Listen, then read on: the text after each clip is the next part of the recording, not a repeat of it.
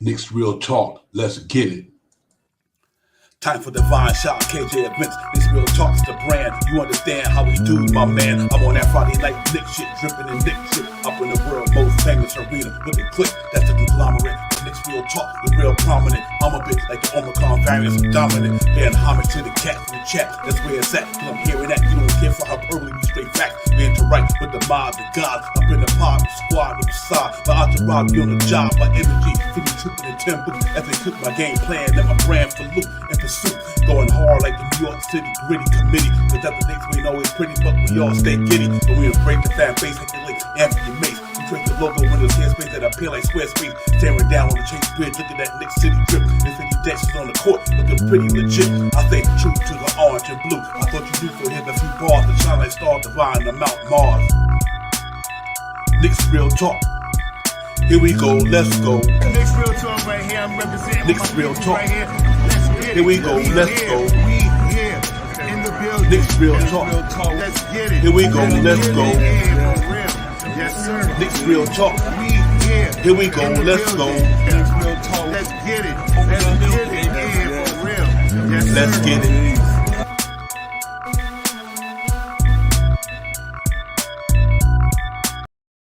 Yo, salute. What's good, everyone? Good evening. What's going on with you, everybody? Knicks Real Talk. Let's get it. We about to get it popping. We in the building. It's your man, Divine, Shy Power to being in the minute, man. Salute to everybody out there. Hope y'all had a great day. Salute to the chat. Y'all already up in here. G-Man, Johnny David, JJ, Pudge, Nice. Salute to everybody, man. Yeah, we're going to get into this Knicks training camp. Second day, man. Talk about things went on yesterday. Talk about the things went on today a little bit. And just talk this good Knicks news, man, and get it popping. I mean, y'all are here with the crew, man. So let's do it. Yeah, man. But second day of training camp, obviously, man. You know, Knicks working their way to get ready to get into the regular season, the preseason, excuse me. So they working their way, getting their practice in, man, getting their competition popping and all that good stuff, man, for they can go in there and do what they do. Salute Cash out, my brother. But yeah, man, you know, they ready to do it, man. We getting anxious, man. A couple of days. Next week could be preseason. We get to go see them play Detroit, a couple other teams for that matter. And let's get some Knicks basketball going, man.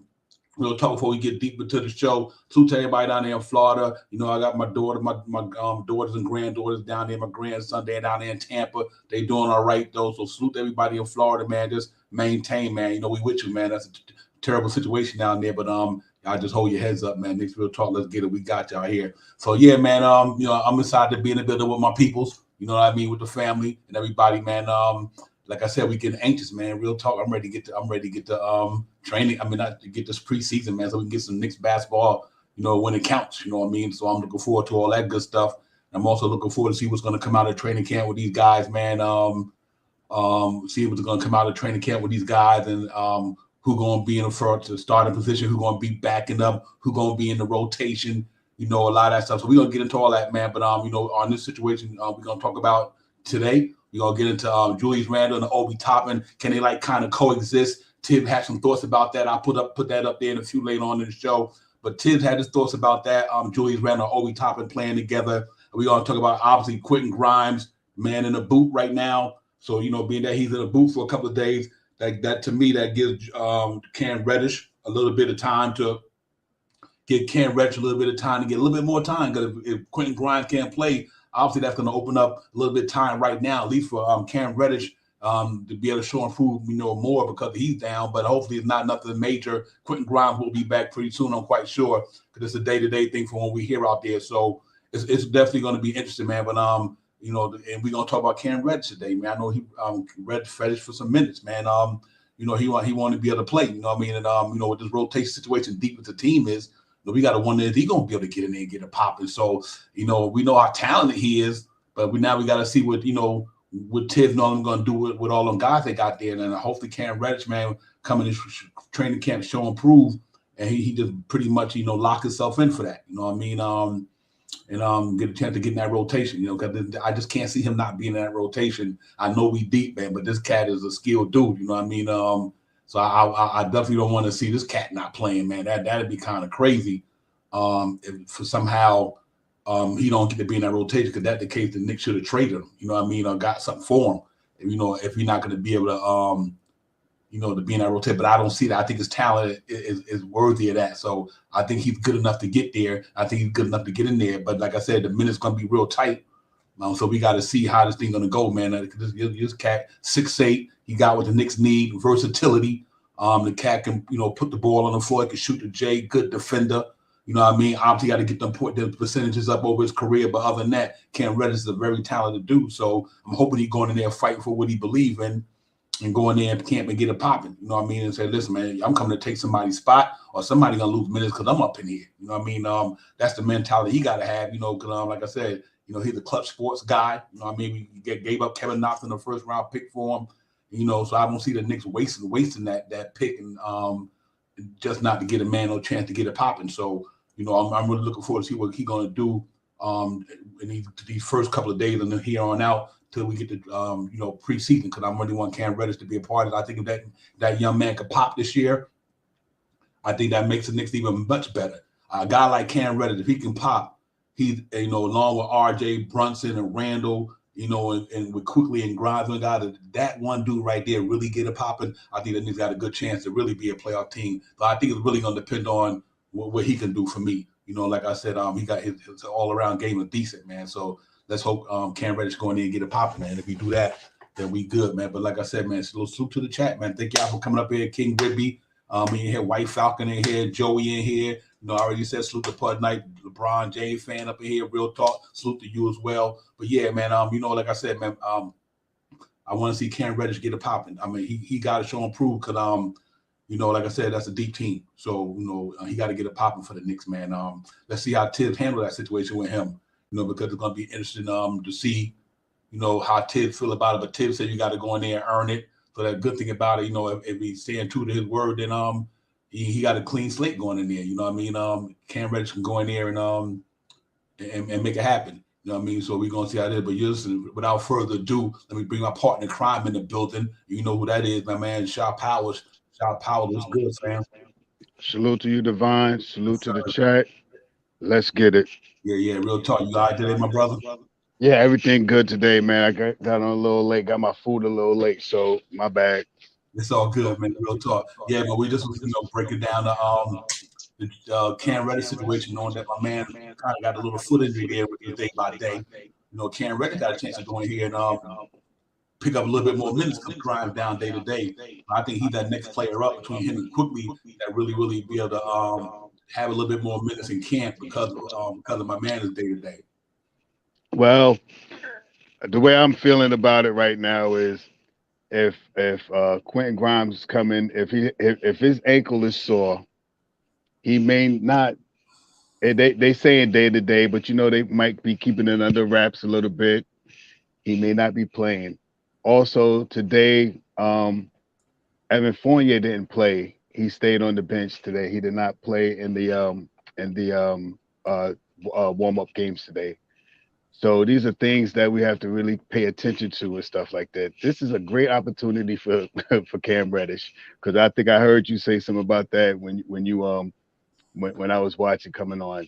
This is a prime time. If Cam Reddish, if I'm not saying that Evan Fournier is not going to start, he's just resting today, and I'm not saying that Grimes' foot is sore than what they're putting out there. But this is a perfect time for Cam Reddish, man. That's all I'm going to say. Yeah, real talk, man. And that's what being deep is about. That's what happened to competition is about. Because the more players we got, that's good. And so a situation like this here go down. You got somebody like Cam Reddish who can extend the minutes. You know what I mean? And even if that case with Obi Toppin, you know what I mean? So they getting a little bit of extra minutes there, man. I didn't realize that part. Like I said, the injury's more serious. Wow, but I guess it's good starting. If it is, it's coming out of the gate and at the end of the season. That's kind of how I'm saying it. The way they said it. All right, I sorry, Divine. Excuse me. Let me come back on. I just was watching Tom Thibodeau's after training camp day, whatever they call it, right? And he was saying some things, and I'm not saying, like I came on to saying, I'm not saying that this foot is worse than it is, but they may not be projecting it out there. They may say, oh, he's sore, he'll sit out. We're not going to see too many more training camps really, out there. I think it's what 2 or 3 more days. They got training camp. Then it's a day off, and they start next week Tuesday or something like that, right? Facts. Right. Yep. All right. So some I know at least they start to. There's only a couple more of these training games that's going to probably be with the media and everything like that. Aside from Tom Thibodeau or something like that. Mm-hmm. So who knows how this foot is? And today, Evan Fournier didn't play. You know what I mean? So he's resting. He's a little sore from the fever a little bit. You know what I mean? He's a little worn a little bit from playing in that fever all those games and getting that silver medal and stuff like that. So he ain't really, he's a little sore. He want to rest a little bit, do a little Pilates or something. So this is a perfect opportunity for Cam Reddish. And I mean, Tuesday is when we play. If either one of these guys is not ready by Tuesday, today is Friday. What's that? 4 days. If any of these guys that we're talking about right now are not ready to play in this preseason game, this is the perfect opportunity for Cam Reddish, man. He better come out here and score 50 now. Yeah, for real. Hey, man, it is a good opportunity, man. And that's why I said it's about, like Chid said, you never know when your situation comes, you know what I mean? But not that his situation was coming because of the injury, but what it is, him and Quickly going to really get it popping right now, because obviously Quickly was backing up Fournier. So let's say if Fournier out and Quentin Grimes, then you know what? You could throw RJ at the 2 with Quickly. You could put Cam Reddish in there, give Obi a little bit of 3-ball time, or whoever else in practice deserved the time. But so if this injury do later, I think it's not going to affect the Knicks that bad coming out of the gate because of guys like Cam Reddish. And I was saying earlier, if he popped, the Knicks is good. You know what I mean? Real talk. Cam Reddish is one of them guys that really popped the season. We know he did, but we was more thinking about the Julius Randles and the RJ Barretts and the Brunsons and them guys. But if this dude right here pop for the Knicks, I think this team is much better than people may think it is. So and he's like that X factor where we can go from a play-in or not a play-in, but a playoff team to an even more better playoff team if he pop. You know what I mean? And that's what I'm really waiting to see. Who's gonna be that 4th or 5th guy behind Brunson, RJ, and Randle, that or you could say Fournier to a degree, shot power, but this guy right here, Cam Reddish, he could be that guy. He makes his team much deeper and much better. So I'm really hoping that he take advantage of this training camp thing, coming in with a full slate and letting Tibbs see what he actually had. Because Tibbs didn't really get to see what he had last year at shot pocket. He came in halfway through the season with an injury. Didn't time he was trying to really get a pop, and he had another injury. So Cam Reddish never really had a chance to show Tibbs everything he could do. But now he does. You know what I mean? So now he coming in from a fresh slate training camp. Now Tibbs get to evaluate him for another 4 or 5 days. But you probably evaluate them all over the off season when they had town and stuff like that. So I think it should be fun, man. I hope we take advantage of it. I think we that cat get it popping. We in a good place in New York. Yeah, the caveat with what you just said. Once again, Tom Thibodeau had talked about Cam Reddish. First time I think I heard him talk really this much about Cam Reddish. He said Cam Reddish basically said he came into shape. He's looking good, and he's going to have his first year with the Knicks a full training camp. That's big.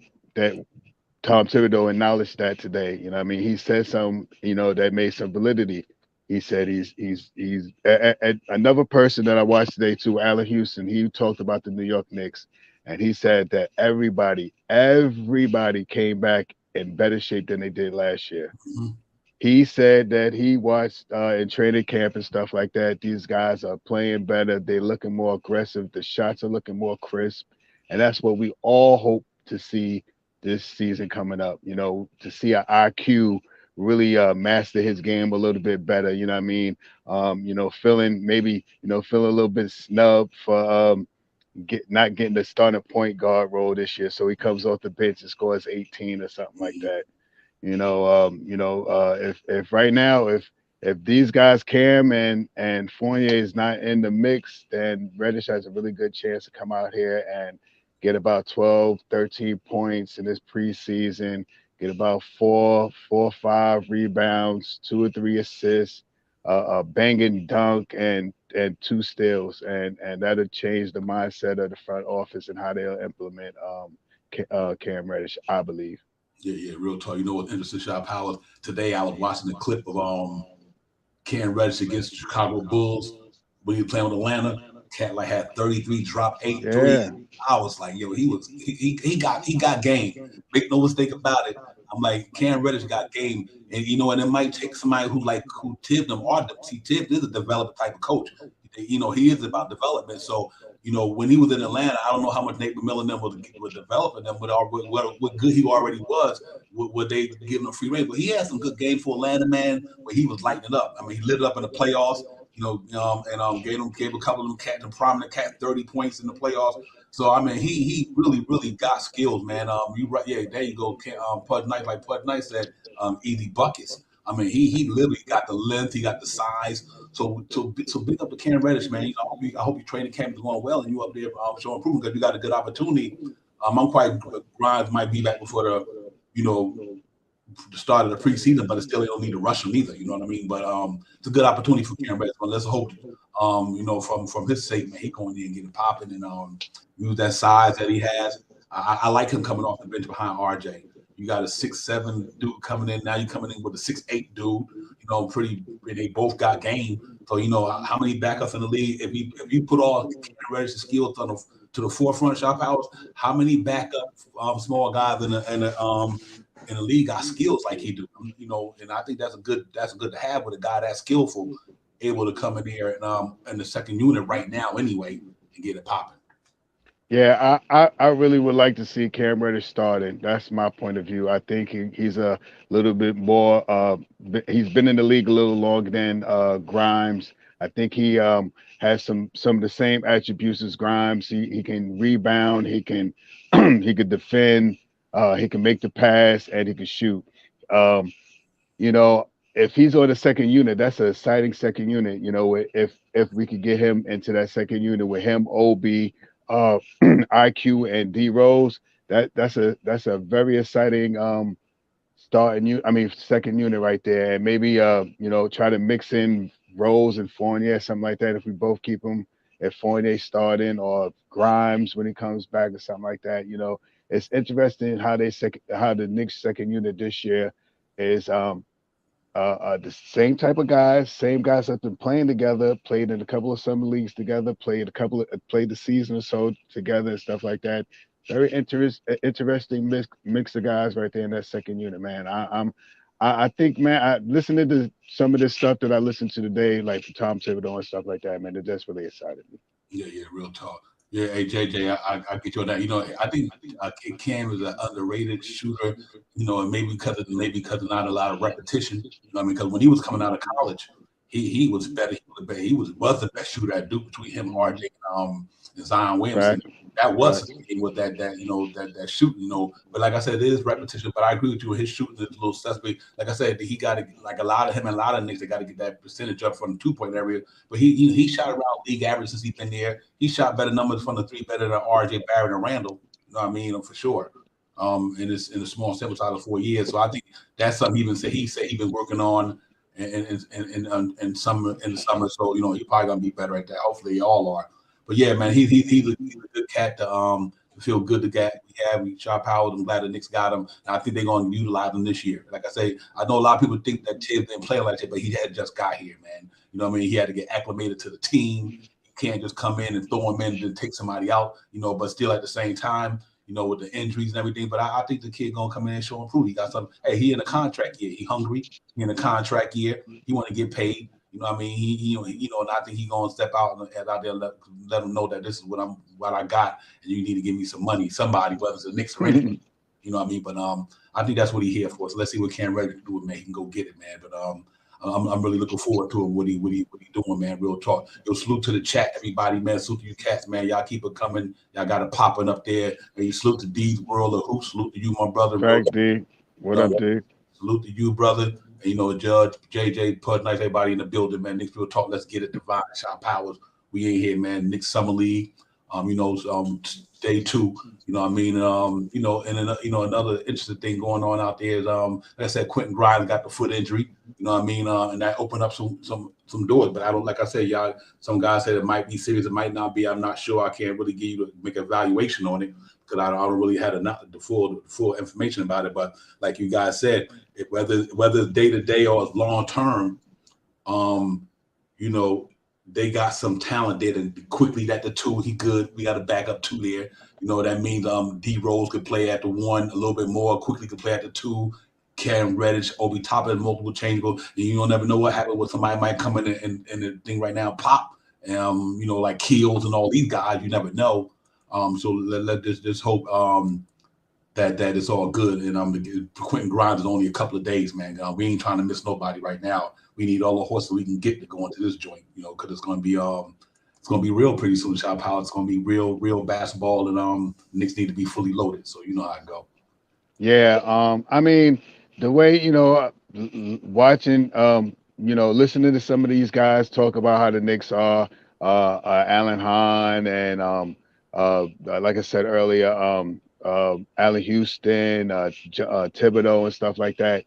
You know, it makes me feel, you know, a little bit more optimistic, you know, seeing that guys. I know they're a little biased because they play on they're affiliated with the team and stuff like that. And in a way, I kind of am too, you know. I'm down for the New York Knicks. So I want to hear good stuff about the Knicks. You know what I mean? I don't want to really hear that, you know, Grimes is coming in here with a hurt foot or anything like that. I want to see what everybody can put out there and get on the floor and create, you know. And but I'll say this again. If we don't see Grimes tomorrow, I think tomorrow's the last day of practice, right? I think tomorrow's Friday. I think tomorrow's the last day of practice. If Grimes is not out there, Fournier is not out there playing on the practice team tomorrow, even if they're only doing short reps, we might not see either one of them on Tuesday. Just saying. Yeah, fast. Ain't no rush. Ain't no rush. Yeah, you know what I mean? We might not see them on Tuesday. Hey, you know what? Hey, we got. That's what I like about the team. And like Paul said, the bench is stacked. The team is stacked. You know what I mean? So even though we lose some guys for a couple of days, you know, a couple of games or a weekend coming out of the gate, it's good. The Knicks are stacked, man. You know, so I think that position, especially that position, you know, that position is real stacked as well. So I think we'd be all right for a couple of weeks, a month, or whatever the case may be. I think them cats gonna be fine with that, man. I think we that deep. So like I said, quickly get the minutes. My man just said like Keel, Hunt, Ferry and Hunt, facts, you know what I mean? And that's another cat you gotta watch out for in training camp. We know he making the roster. So like that's another thing. Is like somebody like Cam actually get a little nick injury, you still got a small forward like Ferry and Hunt coming in for fill that roll up until everybody get back. That's why I said I know it's a good problem Tibbs have with a deep team like this here. That's a good thing. You know what I mean? It's a good problem, not a bad problem. You know, because when somebody happens to go down, you got people who can come up there and step up for a minute to help Julius Randle and all them guys, man. So I'm excited about what we got going on right now down there with the depth that we have on that team, and you couldn't have asked for a better situation with the guy that we got like that. And Nice put out a good one, like Jeffries. I thought Jeffries was the sleeper. I think he was one of the best ones in the summer league. I think Jeffries really had a pop in the summer league. I was yeah, he did. So, you know, you having guys like that, and like my man said, Chevy Mahalik, he's there. You know what I mean? You know, so and it's just coming out the gate. You know what I mean? And I think we built for that. So I think that's a good look, man. But yeah, we're gonna get into the next segment for me in a few minutes. Let's take a little pause for the calls. God, we'll be right back. 1 minute. We're gonna take a little break. We get back into the next segment, man. We're gonna come into that, man. So next we'll talk. Me and Shop Power. Let's do it.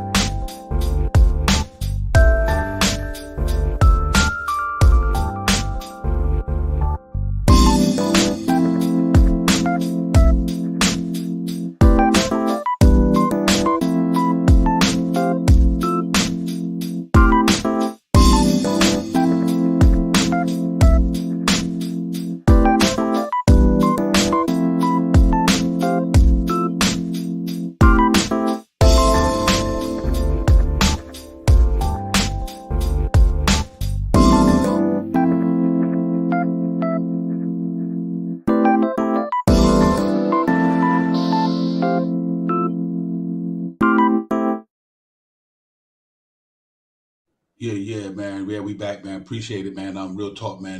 Knicks Real Talk. Let's get it. We in the building. Divine Shot Powers in the building with me. Salute to the chat. That's where it's at. Salute to everybody where you're streaming them from, man. Yeah, we here, man. Training camp is upon us, like we just was talking about. But hey, the next one, Shot Powers, Julius Randle and Obi Toppin. You know what I mean? That can they coexist and play together? That was, Tibbs talked about that after the segment at the training camp, talking about that situation. I'm now get into that, man. We talk about what Tibbs talked about with that, because I think it's important, man. This Obi Toppin and Julius Randle thing, man. Like none of them got traded. They share the same position. One obviously is the $26 million man. The other one, trying to get to that level, so he wanted to get the minutes that he got. But they asked Tibbs about that, man, and let's get into that, man. See what they talk about. What Tibbs was talking about when it comes to the Obi Toppin and Randle thing from his perspective, anyway. Yesterday we talked about the Obi Randle pairing, and that the numbers didn't look good. They actually had a positive plus minus net rating per 100 possessions. I wonder if you could give us an insight into the numbers you guys use that you look at. Well, it's not only the numbers. I actually watch the games. So when you look at the games themselves and then you look at the numbers, the games that were meaningful, and I went game by game. So I watched the games and I looked at the number. I think there were one or two games where, they were blowouts. So it really wasn't meaningful in those games. Yeah, that was my fault, man. I actually hit something there, man. But anyway, like he was saying, you know what? Obi Toppin is an interesting thing, man. The cat came in here. He ready to get some more minutes. He stepped his game up last year. And I think he ready to take it to another level. But him having to back up Randle right now at this stage of his career, somebody who was coming out of Dayton, Shop Howell, the number one cat, the Dayton Flyer, Obi Toppin, player of the year in college. Then he comes to a situation with the Knicks, and he had to take a back seat to guys like Randle and that. So I think, in a sense, he probably ready, man, really ready to get it popping. From what he showed last year at the end of the season, or the second half of the season anyway, you've seen with the more time and the more minutes, the better he gets, man. So, I think Obi Toppin, him playing with Randle, I don't see why. The only reason I think it's going to be instant to me is they both going to be out on the perimeter. You know what I mean? And I think maybe that's what Tibbs might be looking at. Well, you know what? If now Julius Randle's more like a perimeter player now, and Obi Toppin usually he could post though. Don't get me wrong, Obi Toppin can post, so you can maybe, if we move Mitch out of Harkenstein for a minute, throw Obi Toppin in the post and let him eat down there. But other than that, I think defensively Tibbs just don't see it, and so it's interesting what he gonna do with that situation. Yeah, I believe they could coexist. My biggest thing is I don't want to really see Obi getting 14 minutes. This is how I see things. I believe if we get out, if we could get our starting crew out to a good start, first quarter, going into the second quarter, where we could go in with a lead, we could bring the second unit in a little bit longer, so we could rest the starters a bit more. You know what I mean? So if we're winning in the third quarter, going into the fourth quarter by double digit, close to 14, 15 points, we may have a chance to see a little bit more of Obi on the court, because maybe we might want to run a little bit more, rest Randle in the fourth quarter for the last 4 to 5 minutes of the game. And they could probably both get around, Obi could probably get around 20 minutes a game, and Randle could do 30, 32 points a game, something like that, with, mismatching the crews and stuff like that. If the biggest way Obi's going to get more minutes is if we're winning games. We're winning games, Obi get more minutes, because now we could rest Randle, toward the latter part of the games. Rest Randle, we keep him more healthy. We don't see him burnt out, not playing no defense when he comes in. He may be more, into the game and stuff like that. So I believe they could coexist. But we got to be winning games for Obi to get more than 15 minutes a game. Yeah. That's the price you pay for having a deep team and right. a star player like Randle up in there in front. But you dead on with it, man. I'm hoping Tibbs can maybe find something new in his culture this year, and kind of shift it up a little bit and extend some minutes to people, give some people, quality time to deserve, because like I said, it's not enough minutes to go around with everybody. Facts. It's just a lot of players, and they need minutes. So that's why we all was on, how we were shot in the preseason, like, off season, excuse me, they're gonna trade somebody, Fournier out of here. Somebody got to go because we knew that it was a deep team, and we knew the situation was coming when the season started. That's why we said that they got to move somebody or they're gonna make a couple of moves because we knew that deep as this team is, some cats are not gonna get to play the quality minutes that they want to play. You know what I mean? Or they deserve to play actually. So it's gonna be some disappointing cats up in there, man. But hopefully, that keeps them with an edge though. You know what I mean? So when they do get in there, they're gonna want to say, "Listen, man, I'm gonna take advantage of my time while I got it." You know what I mean? Because you might not get it next time. So I guess it's a pros and cons of people getting injured. Things of that nature. The pro is that the other cats get to play and get minutes. The con is the cat that we need might be injured. And it could affect the team in some way. But I think with Julius Randle and Obi Toppin, that's a real interesting situation because now that you got Hartenstein in the mix, you can't really say now that this cat gonna play the 5, and Randle play the 4 or vice versa because you got Hartenstein there. You know what I mean? And unless you just going up against a team that got 5 thoroughbreds and tell Mitchell Robinson and Hartenstein to sit down, you know what I mean? Then you put Obi Toppin and Randle in there. Other than that, man, the minutes is really gonna be stagnant for this dude, man. I think Obi Toppin he got it just like Cam Reddish. He got to go in there and make Tibbs give him the minutes. Pretty much, that's what it boiled down to. When I get in there, you cats gonna have to give me my minutes. Cause look at my game and look what I do for this team. Hopefully, that's his mind state along with Cam Reddish as well. And then they can get that. You know what I mean? So that's not a bad problem to have for the New York Knicks. That's why I think the team is as a whole, you got a good team because we deep. And them guys are talented. They wasn't talented, they wouldn't be in the NBA neither. You know what I mean? If they wasn't talented, the Knicks would have got rid of them. So they gotta have talent because the Knicks kept them, all of them. So you know what I mean? And they believe. I guess the Knicks organization and Ted believe in what he got. You know how much how we get down. We like trade this dude, trade that. Yeah. You know what I mean? But they probably see something that we don't even see. You know what I mean? So and they could have dwelled and dealt Obi Toppin all the cap, but they must see something. You know what I mean? So and if they see something, that means that we gotta trust and believe that they know what they're looking at. So I think Obi Toppin, Cam Reddish, and that's why they kept them guys, man. Because all the speculation with Cam Reddish. They could have got him out of there. It was supposed to be like that. But you know what? That ain't the case. The Lakers going to get him.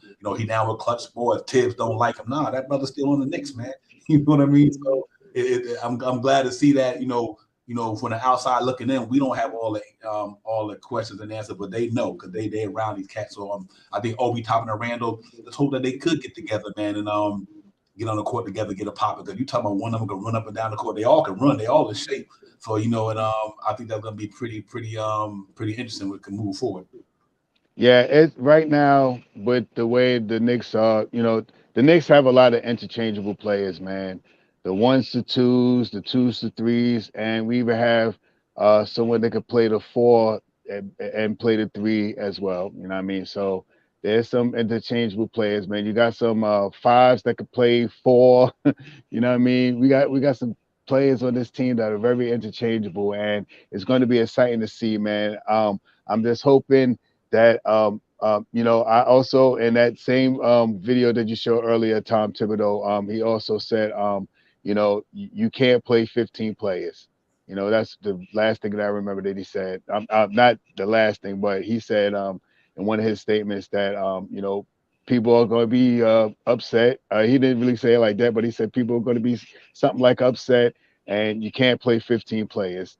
Those are like the two things that I remember from that. So, he's right about that. And some players that's going to have to sit and wait, and hope that they could get a couple of minutes a game and stuff like that. But if we're winning games, if we're engaged, if we can be ahead in the third quarter, other players will get more minutes. IQ will get more minutes. Obi Toppin to get more minutes. Reddish may get more minutes, So if we're winning, everybody gets a chance to get a little bit more minutes. If we're losing, the starters, our foundation is going to play more minutes a night, I believe, this year. Hey, Pudge, nice. That's interesting that you said that because I'm thinking the new Tibbs should do that. I would pay 12. I would be with Pudge Night. The new Tibbs, I think if he realized, I think he should do a game in and game out. What I mean by that is, even if one of your stars ain't popping, then damn it, don't take him out. Put somebody else and spark it up. You know what I mean? If Randle not having a good game, then you know what? take his minutes, make his minutes make less minutes for him in that one game anyway. You know what I mean? Right. Top of the minutes, or let Cam Reddish pop. If RJ Barrett not having a good game that day, don't give him 30 minutes. Let Cam Reddish, let the mother cat say, okay, you know what, RJ, we had an off day today. You know what I mean? Let me get some of these other people who got some energy and To give people minutes. Yeah. Divvy the minutes up, but don't do it by favoritism. Do it by because you believe that. I know Randle, my guy. I know he could drop 30 on every given night, but he ain't dropping 30 tonight. Not the way. So you know what? It is what it is, and I think he's gonna have to do that, man, to satisfy everybody and to make everybody feel like they part of this thing. Because that's a lot of guys they got to get popping down there, and I do agree that I think Tibbs will do that, man. But yo, salute to everybody in the chat, man. Y'all run them up with the thumbs up. We in the building, Divine Shot Powers, Knicksville Talk. Let's get it. You know we. Let's get it. Y'all, man, y'all got it popping up in the chat. Pudge, JJ, Johnny, D World of Hoops. My man, salute to my man, Judah, my righteous. Salute to you, my brother. You already know. But it's good, man. So I'm ready, man. Another week from now, we get to see some. They get to play against other competition. So that's good. You know what I mean? But they really getting. And me and you talked about this earlier. Just to kind of piggyback to that, like me and you said a while ago. Evan Fournier coming out of the fever. You know what I mean? Evan Fournier coming out of the fever, you know he was going to be tired. You know his leg. You know what I mean? So we talked about that stream at the stream. It's like, you know what? And it's fine. You know what I mean? He a veteran dude. He can sit down for a minute. It's only preseason. But the next man up. So I'm glad that we got Def to do that. And I really believe that, man, because we got to get everybody engaged and involved, because it's going to be a long season. And we got a lot of horses there, man. Got some young thoroughbreds up in the building. So, we just got to make sure these cats is playing, man. And I hope Tibbs, and I'm a Tibbs guy, you know what I mean? I'm just hoping that he kind of makes some adjustments this year and go full throttle with the whole roster. You know what I mean? Just, we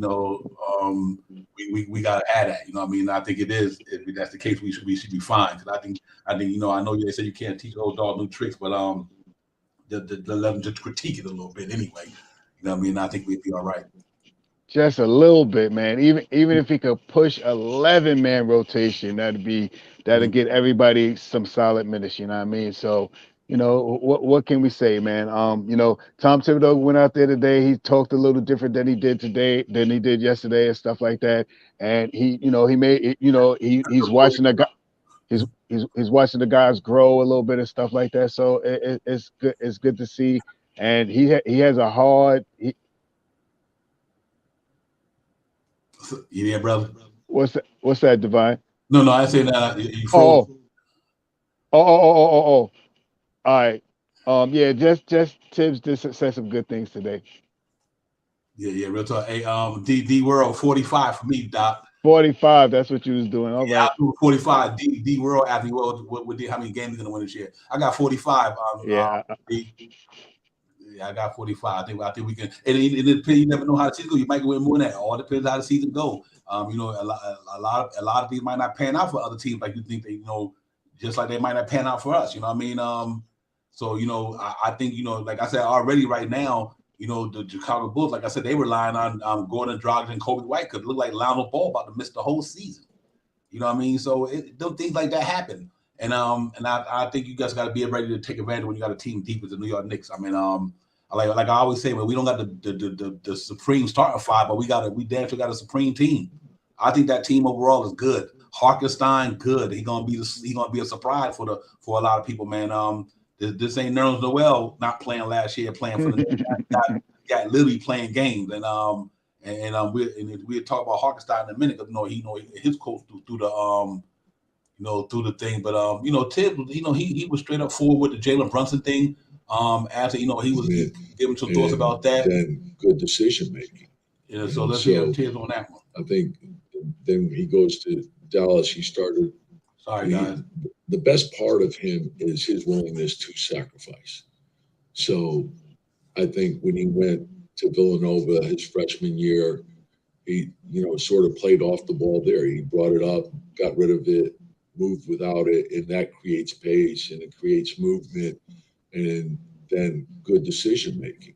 And so I think then he goes to Dallas. He started off in a secondary role and just kept getting better and better. And sometimes I think he can fool you because he doesn't necessarily look the part, but he is the part.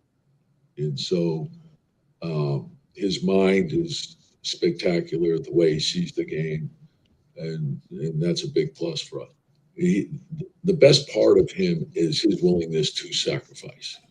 So I think when he went to Villanova his freshman year, he, sort of played off the ball there. He brought it up, got rid of it, moved without it, and that creates pace and it creates movement, and then good to.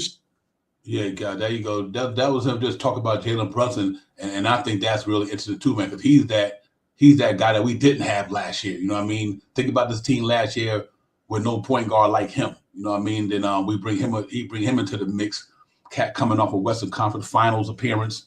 Him and Luka Doncic and the Cat, been really stepping the game up since he's been a ball player in high school. Won the 2 national championships at Villanova under Jay Wright. You know what I mean? Had a popper right there with Archie Casendo, his boy who on the Knicks right now. They would run the mates back in Villanova. So I mean, this cat been winning on every level. He won on every level, and it's good to bring somebody to the team that is literally a winner on every level. You know what I mean? The Cat is a winner, and we need winners. You know what I mean? We need cats who want to win. Not only want to win, know how to win. Because everybody want to win, but this cat know how to win. And that's a big difference. He's not Alice Burks. He's not Kimball Walker. He's not no pun Deuce McBride. He's none of them cats. This cat is a bona fide, legitimate point guard who went up there and dropped 41 on Donovan Mitchell and all them cats, man. He was putting some work in the playoffs last year. I mean, literally from the opening bell, even when Luka wasn't playing, Jalen Brunson took this team to the forefront, man, and put them cats up there. And I for 1 minute, I didn't think that the Dallas Mavericks was going to the Western Conference Finals last year in the West. And believe it or not, because of that cat right there that we got, he helped get them there. Without my man Jalen Brunson, they wasn't getting there last year. You know what I mean? And I think it's so great to have him here, commanding the point guard position for the New York Knicks, because now we got somebody who, if the ball won't be in Randall's hands 24/7, the cat know how to facilitate. He know how to do it all. You know what I mean? And he get buckets, mid-range, inside, outside, upside, downside, hit you from every angle. He got that. You know what I mean? He got that. So I'm glad to have Jalen Brunson here, man. And I'm ready to see how he gonna get it popping with these cats, man. I think he gonna really get it popping for the Knicks, man. He gonna make Randall better. He gonna make RJ better. He gonna make Mitch even better. You know what I mean? Now Mitch got a bona fide dude who can get down in the paint and cause havoc. And if you're sleeping, Mitch ain't Maxi Kleber. He ain't the Dwight Powell. He got way more athleticism than the cats in Dallas. So imagine what he gonna do with Mitchell Robinson and Hartenstein and Obi Toppin. All these rim flying cats we got in New York, Sharp Powers. I think Jalen Brunson acquisition is going to be huge for us.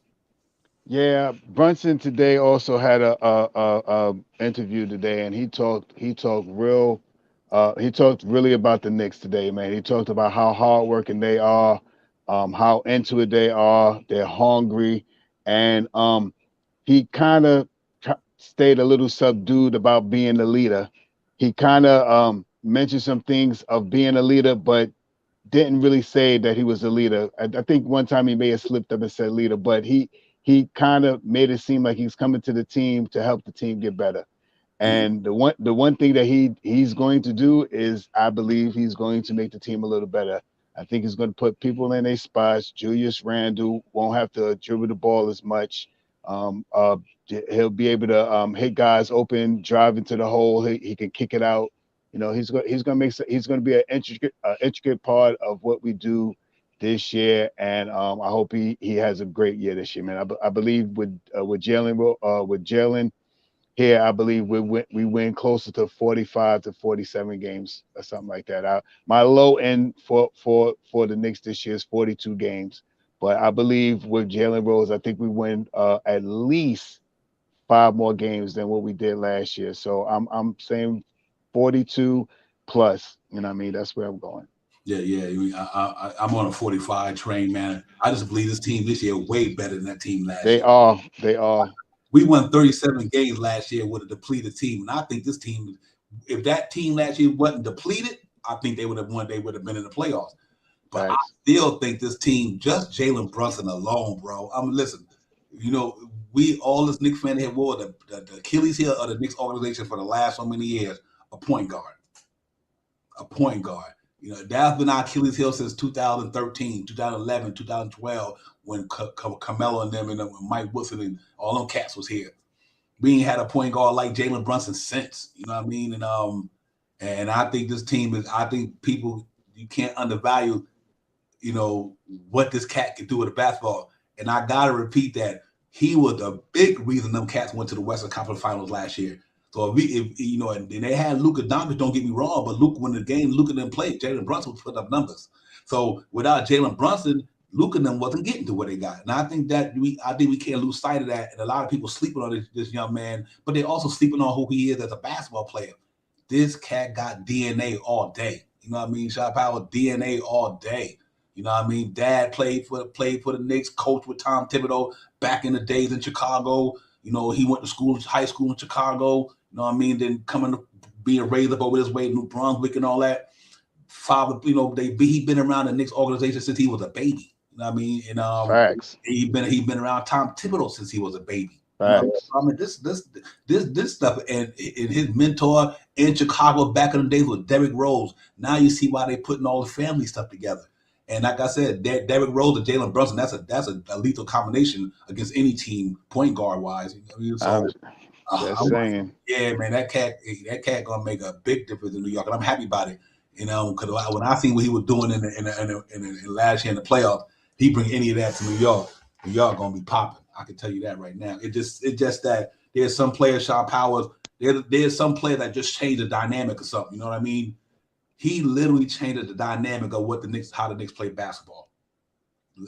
Al Burks couldn't change the dynamics. No way. He wasn't a point guard and he was a scorer first. Kemba Walker couldn't change the dynamic because the cat ain't play enough. He couldn't get it because of his knees or whatever. This cat changes the game for the Knicks. And I think along with a healthy Randle or RJ Barrett, healthy Mitchell Robinson, Fournier, even this team just better than last year, man. So I'm really looking for Jalen Brunson to come in here and have an impact on our Knicks shot power. And I think he's the reason why we get to 45 to 47, like you said. Facts. I'm just saying I stay optimistic about the team. You know what I mean? I wait till the team proves me wrong. And from what I see right now and how these guys have grown since last year, these guys are all in shape. I mean, these guys, like last year they was in shape, but these guys this year, man, these guys are looking solid, man. These guys, and we got Jalen Brunson. If we could have a good year from Evan Fournier, Derrick Rose, if we could have a good year from Mitchell Robinson, from Obi Toppin, sporadic players, not everybody, but have good years from these guys. Everybody ain't got to be an all-star, but if we got 7-8 people making 16, 17 points a game, man, I'm being, optimistic now. I'm throwing it out there, but if we got some guys that can consistently, keep the scoring going, keep the pace moving, grabbing rebounds, getting out. The one thing I think this team is going to be different from last year, I do not think this team is going to be as much as a half-court team this year. I believe this year with all these young guys that we got, all these guys that look up for the ball when they going down the hole and stuff like that, I believe we're going to be a much faster paced team. I think we're going to have it's going to be a difference in how we play the basketball this year. I think our offense is going to be based on fast paced movement, move the ball up the court, get the ball fast, grab the rebound, throw the ball out, let's move the pace, Not as like last year when Julius Randle dribbles the ball down and then he sets up in the half-court game. I don't think we're going to have that much of a half-court game this year. But to be announced or whatever, to be announced. Well, listen, we like I said, this Knicks real talk. We don't speak hyperbole here, so we're gonna show and prove that you ain't speaking hyperbole. There you go, right? Knicks offense this year. Number one, pace, sprint. All right, we keep this real talk. So ain't no hyperbole up here. Space. The content we don't want to deal with space. You know what I mean? Like with pace and sprint. And we talked about that last year a lot, that, these teams need to run a lot more. And I think Jalen Brunson brings that to the table. The cat gets up and down the court. As soon as he put the ball on the floor, he out. You know what I mean? He'll play off the pass, move without the ball, attack the rim reads, offense executing layups, foul tech, 3-point value shots, offense rebound. But like you said, at the top of the category, number Pace. one is pace. That Jalen Brunson does that. Him, Obi Toppin, and R.J. Barrett. Mr. Robinson said he want to run a mile under 6 minutes. You know, yeah, man. They gonna be out there running, bro, and that's why I'm happy about the acquisition of Jalen Brunson, because we didn't do that last year. We runs. We didn't do a lot of running last year, you know. But now you got a guy who Allen Burks is not a running point guard. He can't do that. Kemba Walker wasn't around. Like I said, you got a cat now. That's who could do this. You know what I mean? He can really get out there, tune the ball, come off the rim. He got that ball. He downhill, especially if it called for it. You know, you ain't gonna fast break. If you don't have a fast break. But I think that if you get them easy buckets, that's why I think Obi Toppin is so valuable, Shy Powell, because, you know, him and quickly them pushing that pace, him running up and down the court like the way he run. Cam Reddish on the wing with these guys, Grimes went on a wing. You know, they got a lot of options out there. Let's just hope that it all comes to fruition though, and they make it happen. But I do believe that Jalen Brunson is the reason why I think this team gonna be much better than they were last year. I think he makes them twice as better, no question. Because, like I said, we didn't have what he brings to the table last year. Yeah, it's no question, man. Just to put, you know, how you saying about Jalen Brunson in perspective. We seen Jalen Brunson play last year with Reggie Bullock. You know what I mean? And we trade Reggie Bullock to acquire Evan Fournier. Could you imagine what he's going to make Evan Fournier look like? Like what he did with Bullock last year, how he made Bullock look good. I think, if I'm not mistaken, Bullock was 9 points, 10 points a game last year. You know, he gave him the ball when he needed it, and you know, Bullock shot the ball. Now we're giving him Evan Fournier to shoot the ball. And I mean, if Evan Fournier is going to start, now we're going to have pushing the pace with Evan Fournier on the outer rims. If he's anything like he was last year, towards the end of the year, when he got around 40% from the 3-point line, we got a team to play with. And I mean, if we push the pace, almost similar to way, if we utilize the man instead of the player, if we utilize Evan Fournier instead of Reggie Bullock with Burks, with Bullock, with Brunson. With Evan Fournier, we're going to have a better pace team right there. We're going to have we're going to be a 3-point threat team this year as well. Yeah, I think so, man. I think the best is you have to come down to New York. So we just got to say optimistic. It all counts once they put the ball up against the competition. The East is deep. The East is very deep. We already know what it is. Like I said, from the top 5 down, it's pretty much a lock. You know, when you're talking Boston, maybe. You know, we don't know how the Udoka thing gonna affect their team. But other than that, you still got to put them up there. They were in the Eastern Conference Finals. So other than them, Milwaukee Bucks getting Chris Middleton back, you know what I mean? They brought in a couple of other players to add to what they had already. You know, Philadelphia, they about to get it popping. You know what I mean? James Harden looks in good shape. You know, Embiid is Embiid. You know what I mean? So you looking for them cats to do they think that Brooklyn gonna be pretty solid if it all work out with Kyrie and KD and Ben Simmons and whoever, Claxton and them guys. So the East is deep. You know, Miami. Miami's going to be Miami, but I think we just as good as them though. I do believe that. I do believe our starting 5. You take out Bam Adebayo and Jimmy Butler. I still think Bam Adebayo and Jimmy Butler. I think RJ on his game and Randle having a Randle year before the year before that. I think them two just as good as them two dudes, and I think Jalen Brunson better than Kyle Lowry.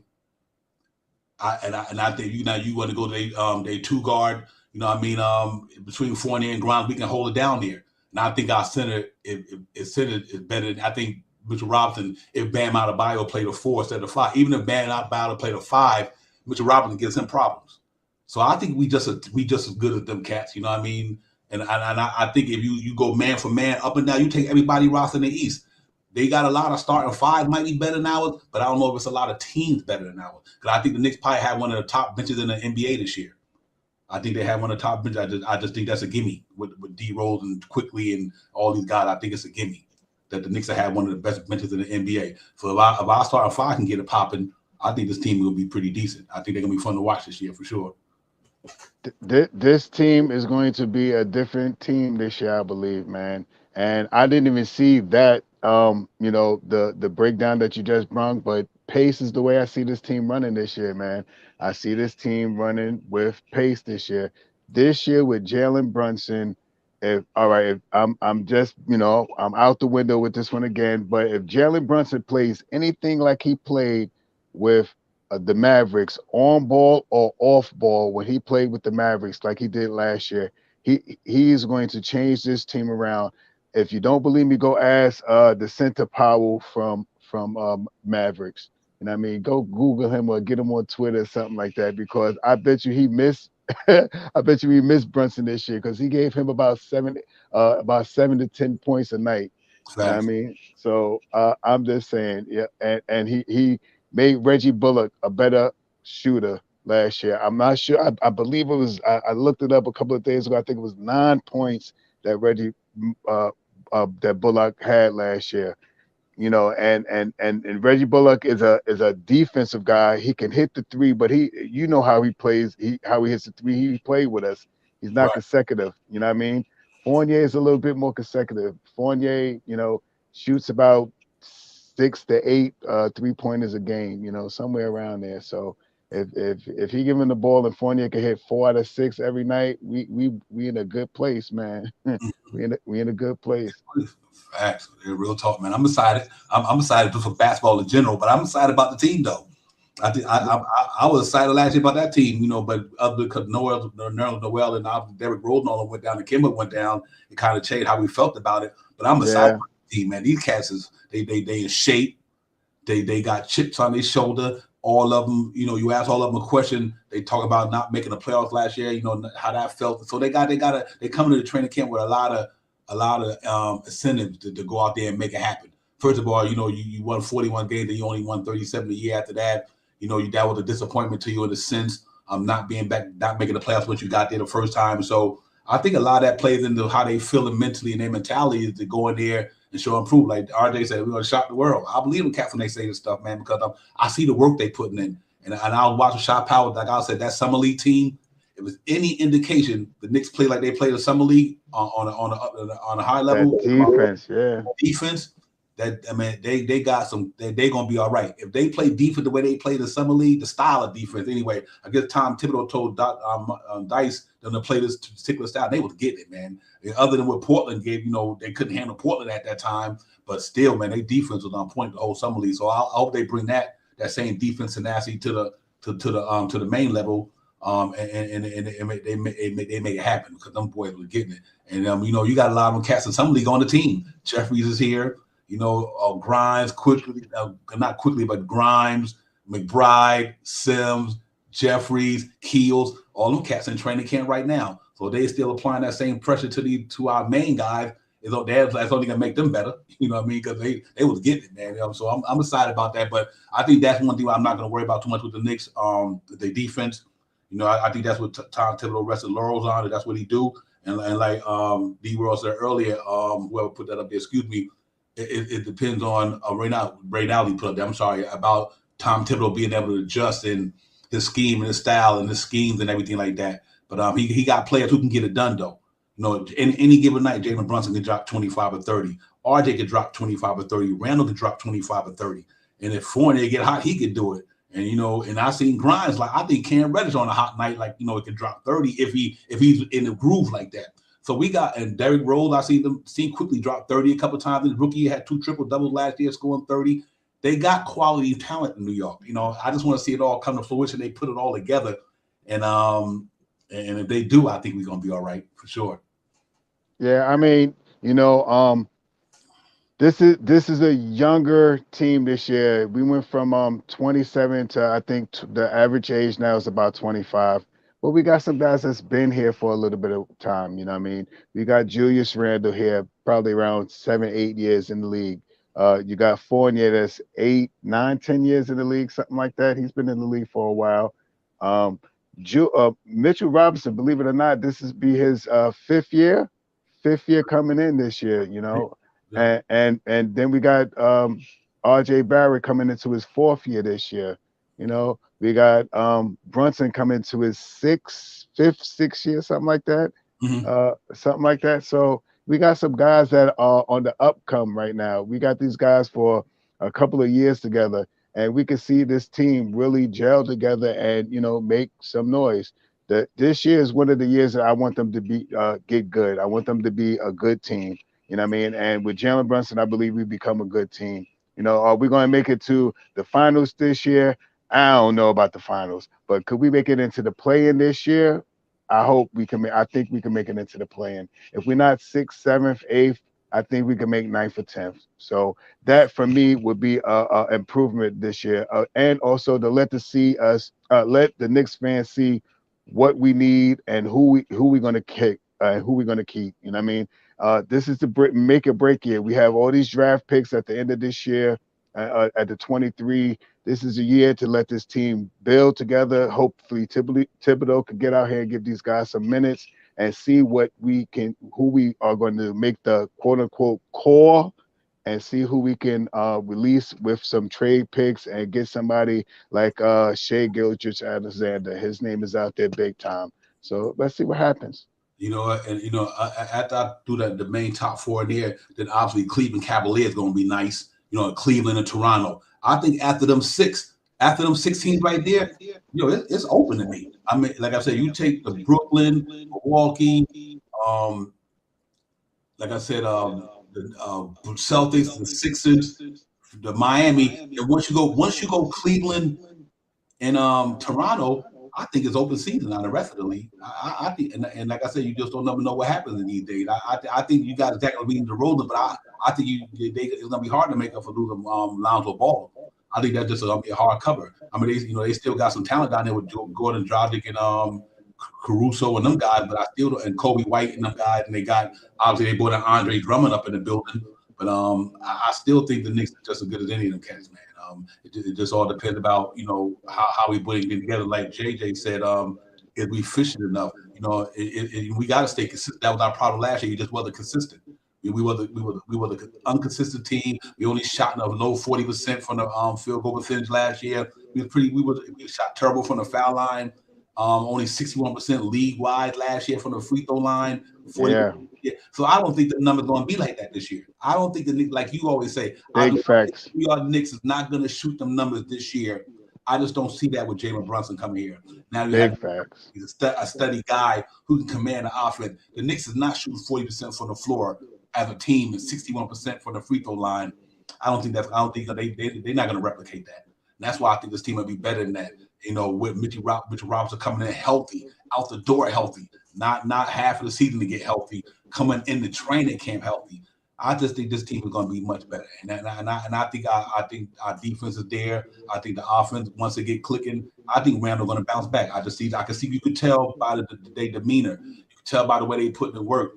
These cats going to be better than people think they are. So that's from my perspective. I mean, like some people might think they might only win 35 games, which they got a right to feel that way.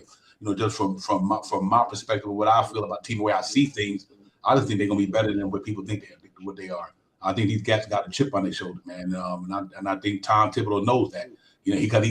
Tom Thibodeau got a chip on his shoulder too, but he gonna listen. If I don't get this shit popping in here, what they gonna do with me? I'm out of here. Yeah, right. He like, listen, I gotta come here and win too. If I want to be a Knicks coach for another year or something or longer, I gotta make sure these boys win. Because Tom Thibodeau ain't got no winner, he out. So all of them got chips on their shoulder. You know what I mean? Cam Reddish know that, if he don't have a good year, he can get traded. He might not get his bag. You know what I mean? And so I do think, they sleeping on these boys, man. The Knicks played against a lot of good teams last year. We beat some good teams last year quite a few times. You know what I mean? We beat some good teams last year. But like I said, once December 8th came and Derrick Rose went down, and knowing that we started the season with benching Kemba Walker, you know what I mean? You bench Kemba Walker at the beginning of the year. Then you got to rely on Alex Burks and Derrick Rose, and Derrick Rose goes down, and then you don't wasted 20 points on your team. So I think you won't see that this year, and that's why I think people might be underestimating. If we stay healthy, I think it should be all right.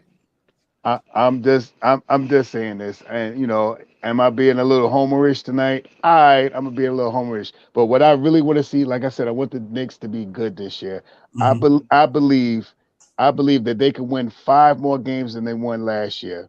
You know what I mean? I believe that they can win 5 more games than they did last year with the team that we had. Like you said, Divine, we didn't have no Rose, We didn't have no Noel. We had a couple of COVIDs. We had some no Kemba Walker. Fournier didn't acclimate to the team after the second part of the season. We played about 4 or 5 games when we had like only just the bench playing when Randle and Mitch and all of them had COVID. And on top of that, we lost about 6, 7 games, and I'm being light by saying this, by the free throw line, man. We killed ourselves at the free throw line last year. If we adjust our field goal percentage, if we adjust our 3-point percentage and our free throw shooting, we are a better team than we were last year. At least 5 games. I say 42, but I think the highest we could get is close to about 47. You know what I mean? So I'm giving like I said, I give my game that 5 games. I think we could do 5 games better than we did last year. All right, book it. Yeah. I agree with you 100% right now. It is based on talent.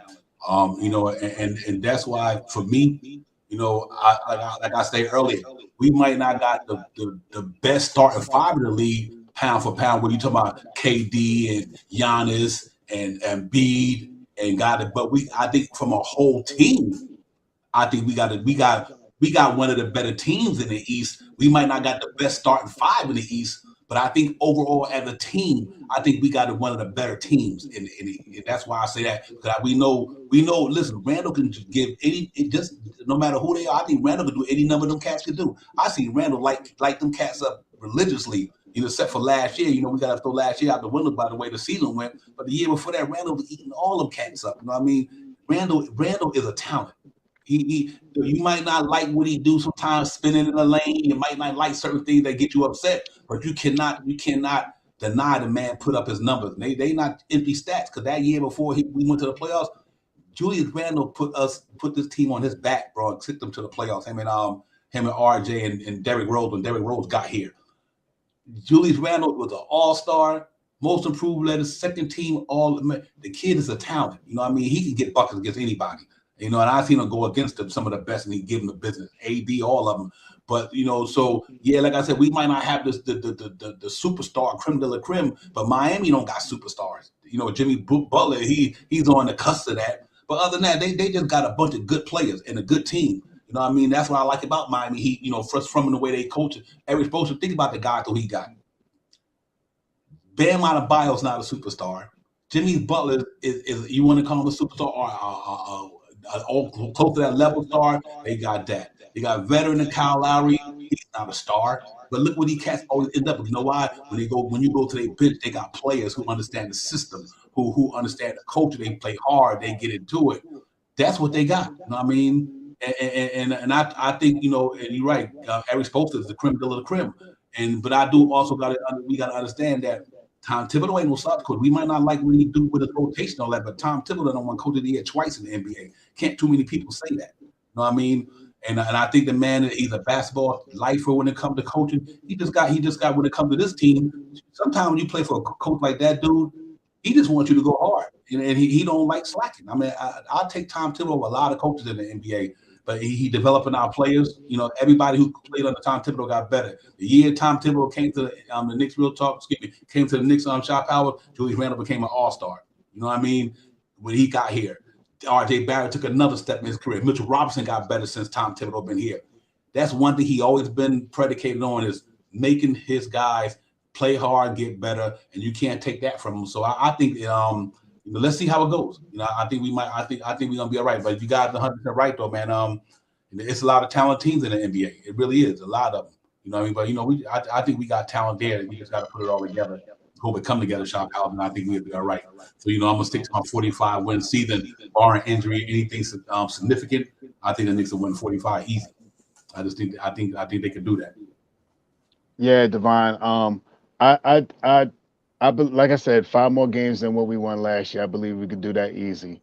We all talk about the talent that other teams have, and how star flustered that some of these teams have big star players and stuff like that. The only thing that we don't have yet is a star, and this is the year to see with all these guys with these contracts this year to see how they gel together and who's going to be a star. I believe at least one person this year is going to shock us this year. If it's Quentin Grimes, if it's RJ Barrett, if it's Jalen Brunson, if it's Mitchell Robinson, if it's iHeart, one of these guys are going to come out the box this year and do things that's going to change the way we play basketball this year. You know, I believe we're going to be a run and gun team this year. The pace is going to be moving, and some of these guys are going to get out on the break and score easier baskets than they did last year. It makes the team run more efficient and more effective. So I think pace is the whole thing about it. Like I said earlier, a lot of these guys that we're talking about that may not get many minutes, if we're winning games early, a lot of these secondary players like the Grimes and the Cam Reddishes and Obi are going to get extra minutes because the starters do not have to be in the lineup. So I think the second unit, the younger guys, the guys that have been playing together, the IQs, the OBs, you put a Cam Reddish on that team or something like that, you put a Grimes in there, something like that, I think they're going to be more effective this year. You know what I mean? And at least that's what I'm hoping for this year. So I'm putting this team on my back. I say 5 more wins, man, but I think they could get closer to 47. I think this team, like RJ said, is going to shock some people this year. And I want to be here to wholeheartedly back them up 100%. Yeah, real talk. I get on. Hey, y'all keep dropping it. Randle and D and D World but on that Tibbs thing. Here's the thing, y'all. When he said only 8 games in Chicago. Remember when Tibbs left Chicago? Look where he went to. He went to an organization that was Minnesota Timberwolves organization was just drafted Andrew Wiggins, just drafted Karl Anthony Towns. That Glenn Taylor had that organization in shambles before Tibbs got there. So when I think you can't just say he only won 8 games because he left Chicago. You got to remember the talent that he had around him. At that time, them cats wasn't even ready to do nothing.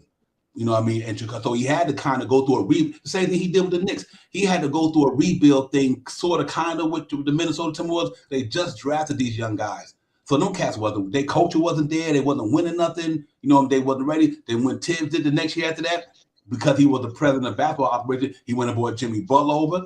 He brought Todd Gibson over. He brought Derrick Rose over. I think he brought Jimmy Butler later. But then what happened? Them cats went to the playoffs. You know what I mean?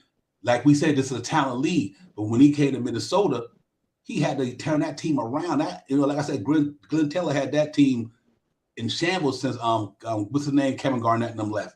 So I understand the 8 wins in Chicago, but sometimes you only get coached with talent. Phil Jackson, all these cats. The only reason they were good coaches now they had talent. You know what I mean? They had talent. Talent. I don't care how good of a coach you were. You can't win without talent. Popovich had talent.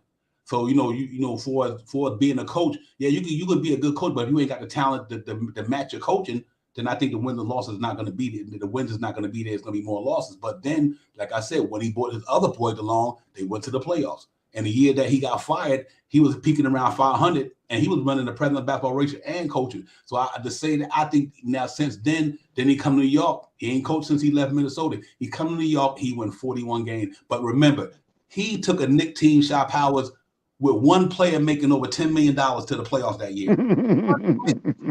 Julius Randle was the only player on the Knicks making double-digit numbers in salary. Everybody else was under $5 million, and he took them boys to 41 wins. You name not too many people could do that. You know what I mean? Take a team with one player, not an all-star, made him an all-star, a rookie just coming in here, and RJ Barrett pretty much, and a bunch of misfits around him. A bunch of journeymen. Alfred Payton, Reggie Bullock, Alec Burks. It go on, and look what he did with that team. That's coaching. You know what I mean? The numbers don't lie, them facts. You know what I mean? So, like I said, Tom Thibodeau, this cat is a basketball coach. But like I said, no matter who you are as a coach in the NBA, you only win with talent. Period. You only win with talent. Phil Jackson without Michael Jordan and Kobe Bryant and Shaquille O'Neal, Popovich without Tim Duncan and David Robinson and these cats. Then you look at Pop doing now. Look, why you think Pop ain't winning 500 games now? Over 500. The cat ain't got no talent. You know what I mean? Right. So we got to ease up. Like Tibbs could coach, bro. I mean, the cat could coach. That's what he do. And I think that we kind of selling Tibbs short because you know, sometimes it ain't only about your coach, it's about who you got around you. I mean, you know, and I think that plays a big part in a lot of things when it comes to coaching. You know what I mean? Shit, look at my man, what's his name, Steve Nash last year. This cat had KD and Kyrie and got swept. And you had talent. You know what I mean? Because their team wasn't deep. They had KD, Kyrie, and everybody else. That's why Boston swept them. Yeah, that's KD and Kyrie. That don't make a whole team. They had a couple of stars, but they didn't have a good team. And that's why I go back to just the piggyback of what I said. It ain't about only the superstars. You just gotta have a good team overall. And I think the Knicks overall got a good team. They got people who can fill a void in every position they got. You know what I mean? If somebody go down, they got somebody who can step into this cat, get back, and maybe don't lose a heavy beat. So I just think that is interesting to you know, see what he's gonna do, Chop out. But I think it's good though. I'm already ready. I know Tibbs is going to change already this year. The one indication that Tibbs is going to change this year, Tibbs colored his hair. He let his comb over grow out a little bit more, and he got a full beard now. He painted the sideburns. He got an enhancement on the sideburns and the mustache. He let the beard grow out, and he let his hair get a little bit more brownish red. Tibbs changed. He's adapting. He's like everybody on the team with a beard and a goatee right now. So I think that he's going to change his way of coaching this year and want to run more pace. He's already changed already. Last time I never seen Tibbs look the way he looked right now. Off season, during the season, he's always been clean cut and clipped his hair a little bit. He's a little full headed, more of that comb over that he got. His beard is nice and thick right now. He got a little enhancement color in his beard. I think he's ready to make a change this year. Yeah, real talk. Hey, like I said, I'm not making Tibbs out to be the great messiah, but you know, no matter the NBA is a talented league. Great coaches, you don't win NBA Coach of the Year twice in the NBA if you're not good. I can tell you that right now. I don't care. You don't win Coach of the Year if you're not a good coach. You don't do that. The NBA ain't stupid. You know what I mean? They gave Tibbs Coach of the Year because that year he was the best coach. You know what I mean? Especially even when he did it with Derrick Rose and them back in them days. That year you could have gave it to Monty Williams. They gave it to Tibbs because that year you got to remember everybody went through everything. Like, you know, the Knicks ain't the only team that didn't shoot an empty gym. The Knicks is not the only team that didn't have a different basketball, whatever the case may be. All 30 teams went through the same stuff that year. You know what I mean? So that's like saying Milwaukee Bucks championship don't count because of COVID. Nah, you know what? When you're going against a competition, I don't care if you're playing in a basketball court, in the gym, or out in the street, you line up against. You know what I mean? Shot power, don't matter where you're playing them at. So even though the Knicks went through that, they all went through it. All 30 teams went through the same thing. So, you know, they did what they did. A lot of teams, like look at the Atlanta Hawks. Atlanta Hawks went to what? The Western Conference, the Eastern Conference Finals that year. But you know, that's what they did that year. Everybody was playing each other. So I don't know what I really have to say about that. Is that, you know, you play who in front of you. I don't care what the situation is. You know, you play in front of you. And I think Tom Thibodeau that year, he played in front of him. But you know what? We ain't gonna balk on Tom Thibodeau all day because, you know, it is what it is. It just he just like cool, but he's part of this here. You know what I mean? He's part of this organization. He's the one going to lead our team to these 40-something wins I'm talking about, or the 30-something wins y'all talking about. But other than that, we got great talent around us. Hartenstein came here. He's going to make a big dividend for us. I just think that he's going to be a good acquisition to back it up Mitch, which we didn't have last year, you know, because Noel went down. Hopefully, if he have a good year, Hartenstein going to make a big difference on the next year because we didn't have Noel for 60-something games last year. And so to have Hartenstein healthy and contributing behind Mitchell Robinson, it makes us stronger in that category as well. You know, so it's just a lot of variables that happened this year. Hopefully that didn't happen last year, Shop Powell. And one thing I think is a lot of health reasons. You know what I mean? If we remain healthy, I think we'll compete. I just think we compete. You know what I mean? So we'll see. We'll see how it goes, man. But I'm excited about what's going on with it. I think the Knicks going to get it popping. You know what I mean? And that's real talk there. Yeah, I'm just being optimistic, man, and being hopeful, man. I believe somebody on this team is going to pop this year, and like you said, Hartenstein is going to be a welcome coming off the bench. I think I at least hope he can do at least bare minimum what Noel did for us with the rim protection. And if he looks like he has good hands, and he looks like if you throw him the ball, he's going to throw it on you. He's aggressive around the rim and stuff like that. So See, I think he's a very something that we didn't have last year at all. We had no backup for Mitch, and Mitch came into the season last year still hurt. I don't want to say hurt, but he was still big. He still was like 280. I Right. mean, this year, Mitchell Robson's coming in healthy. I mean, he's coming in healthy, and he's coming in with a point guard that's going to pass him the ball, especially if they're running up and down the court. So let's see. I mean, I think RJ is going to take a step this year. I mean, even if he stays a little bit around 20, 22 points, 23 points, I think his efficiency is going to be a little bit better. He talked about it. He wants to do that. So I believe he's going to do that. I believe he's going to try to be more efficient this year, take smarter three-pointer shots, take smarter short jump shots instead of driving to the hole all the time and stuff like that. And I mean, I think Randle also said that he's ready to play this year. If he could get out early and play well, don't hear so much of the boo birds out there and stuff like that. I think he has a great year this year. Another person that you could look to see about being another all-star this year. We got some players that I'm hopeful for this year. I mean, if our starting lineup could get their average every night, and our second unit comes out and surprises everybody, I think we got something here. Yeah. It could be interesting for me, man. Like I said, I just try to weigh and judge all the variables. You know what I mean? Right. I try to say what the reason why we didn't do this last year compared to what made a difference. And you have to do that because sometimes we just might think a team didn't do well, but with a lot of reasons why the team didn't do well. And just to speak about Hartenstein, like I said, we missed Nerlens Noel for 60 games. Guess who was our backup center last year? Yeah. You understand what I'm saying? You talk about a 58 pick and Jericho Sims, who was raw. Talent is going to be talent, but he was raw. And that wasn't even our first one. Right.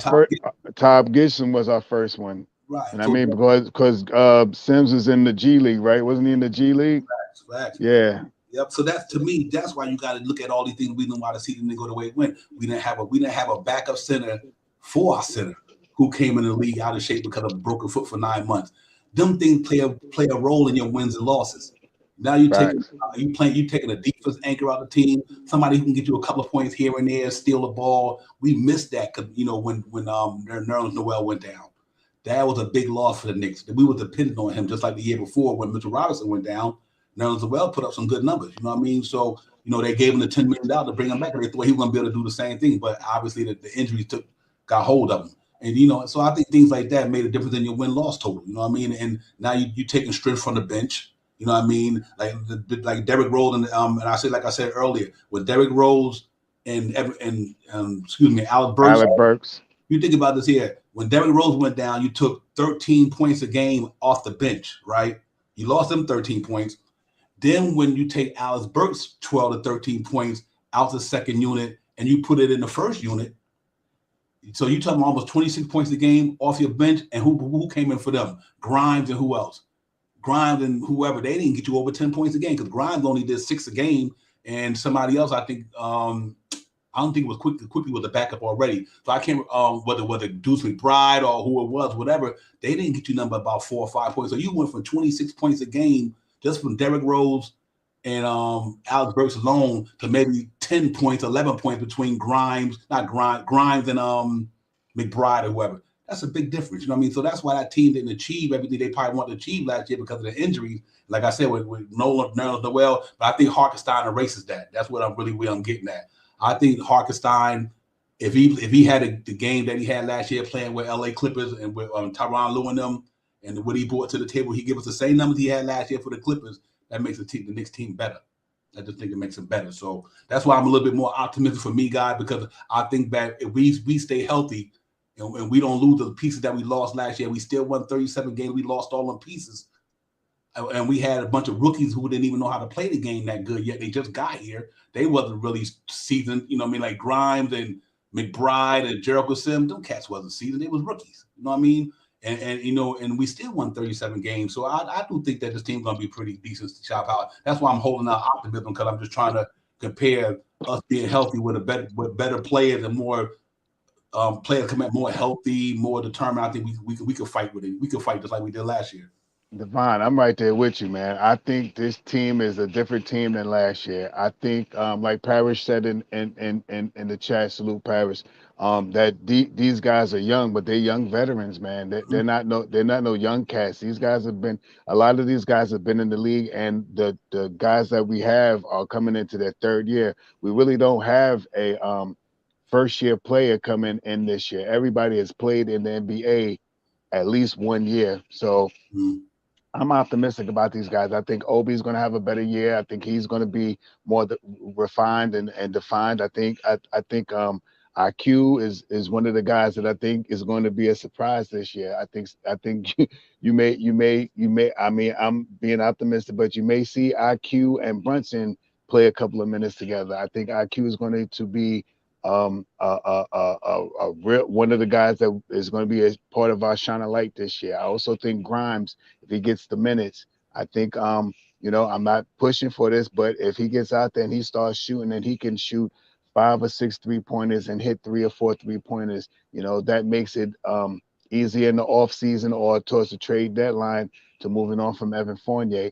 Right now, we need to see these guys out here and play some basketball to see where we at. You know what I mean? I'm not striving to say the 60. I think we can be, if we get 47 wins or something like that, I think we'll be closer to about the fifth, sixth seed or somewhere around there. But right now, I want these guys to get better. So if they could get into the play in this year, I am happy. I'm happy this year because with them making it into the play in gives them a chance to advance. You know what I mean? And if they advance now, I'm amped.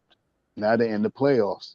You know what I mean? And if we get this group of guys in the playoffs, if they're playing well together, if they're gelling together, if they know where these guys are going to be when you make the cuts and you come to set the screens and stuff like that, this team is going to be a good team, man. Jalen Brunson is the key to this team. And if it's not, we got Jalen Brunson. And what better backup do you really have in the league when you got Jalen Brunson coming as your starter and Derrick Rose coming on your second unit?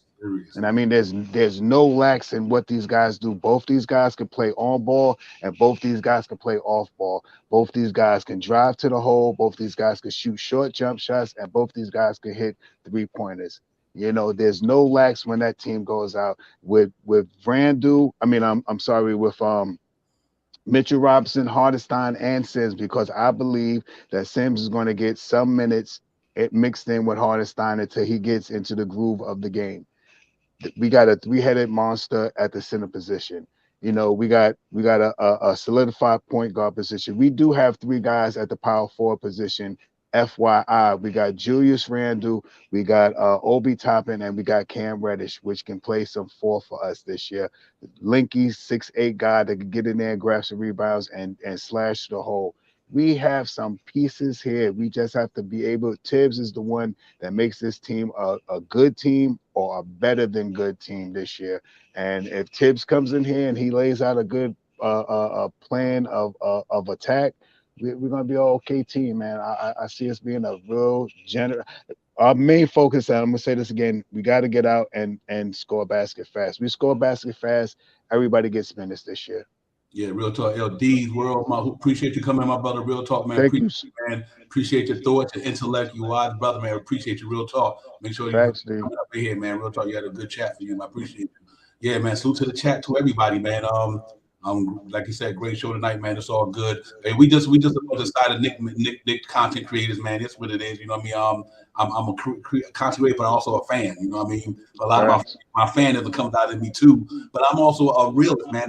I think that pound for pound, player for player, I just think we got a good team. And I believe that. I just think that we got a good team, man. We just got like it don't mean nothing when you get on the floor and you make it happen.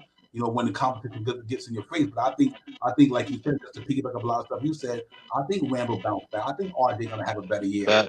I think Fournier and Grimes can hold it down.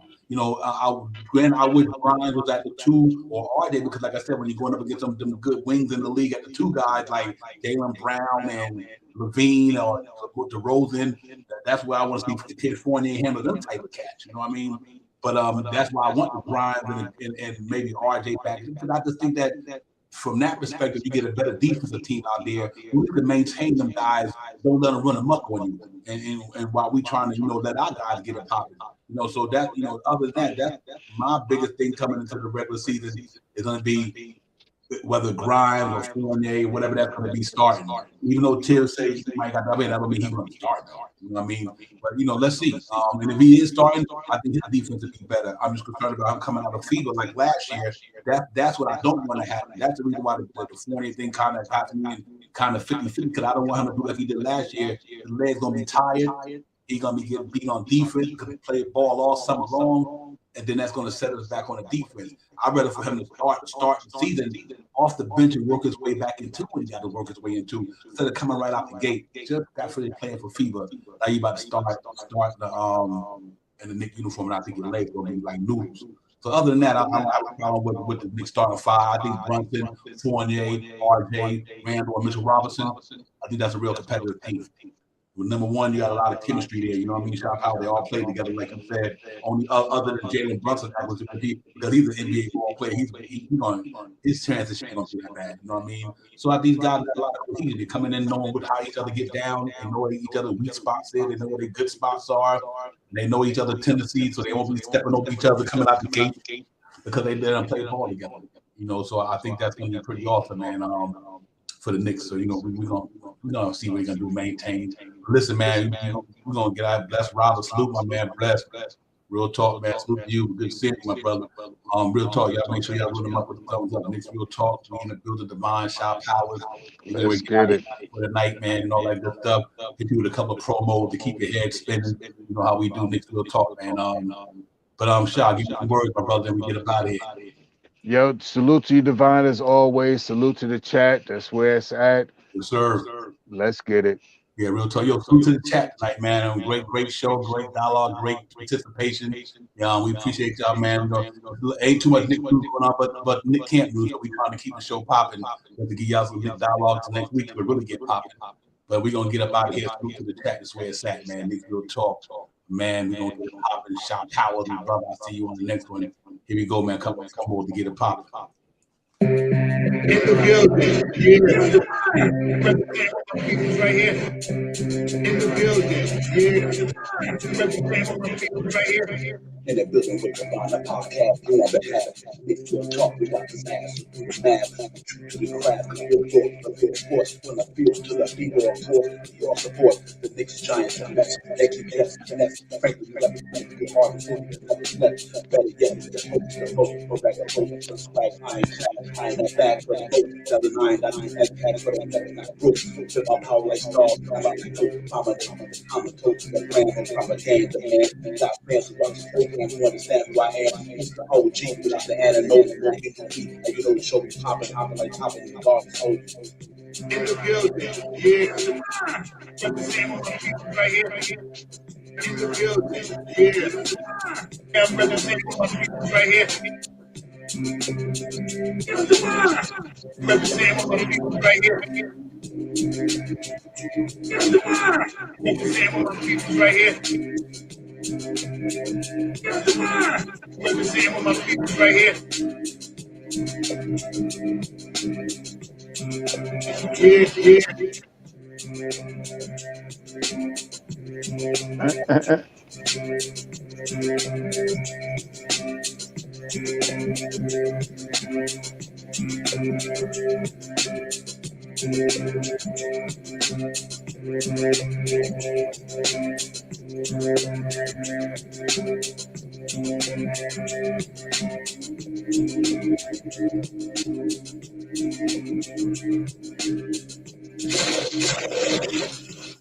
Yo, y'all know what it is. That's Knicks Real Talk, man. That's the promo. You already know. Yeah, man. Shout Power, man. I gotta get you like the flavor this joint here. I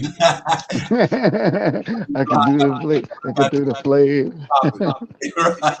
It's all good, man. But salute to the chat, man. Great show tonight. We appreciate y'all coming in. Me and Shop Powers, Divine. Salute to KJ, man. KJ friends out there holding it down, coach. Holding it down. Salute to my brother KJ, man. He's doing his thing out there, man. Y'all make sure y'all go check out his show. Doing the show with the good old school talent and everything, man. R&B. R&B. Union, New Jersey is in the pop off. So salute to him, man. But salute to the chat, man. We'll see y'all on the next one. Brother Shy Power behind. Knicks Real Talk. Let's get it. We out, man. We'll talk to y'all later, man. Real talk. Peace. Peace. Time for divine shot, KJ events. This real talk's the brand. You understand how we do, my man. I'm on that Friday night Nick shit, dripping in Nick shit. Up in the world, most famous arena. Look at clip, that's a conglomerate. The Knicks real talk, we're real prominent. I'm a bit like the Omicron variants, I'm dominant. Paying homage to the cat in the chat. That's where it's at. Cause I'm hearing that. You don't care for hyperbole, we straight facts. We interact with the mob, the gods. Up in the pod, the squad, the side. My entourage, be on the job, my energy. Feeling tripping in 10 books. As they cook my game plan, and my brand for loot and pursuit. Going hard like the New York City gritty committee. Cause that's the things we know is pretty, but we all stay giddy. But we embrace the fan base like the late Anthony Mace. We trace the logo with those headspace that appear like Squarespace. Staring down on the Chase Bridge, look at that Knicks City drip. The city decks is on the court, looking pretty legit. I say true to the orange and blue. I thought you knew for him a few bars to shine like Star Divine to Mount Mars. Knicks Real Talk. Here we go, let's go. Knicks Real Talk right here. I'm representing Knicks Real Talk. right here. Let's get it. Here we go, let's go. We here in the building. Knicks Real Talk. Let's get it. Here we go, let's go. Yeah, for real.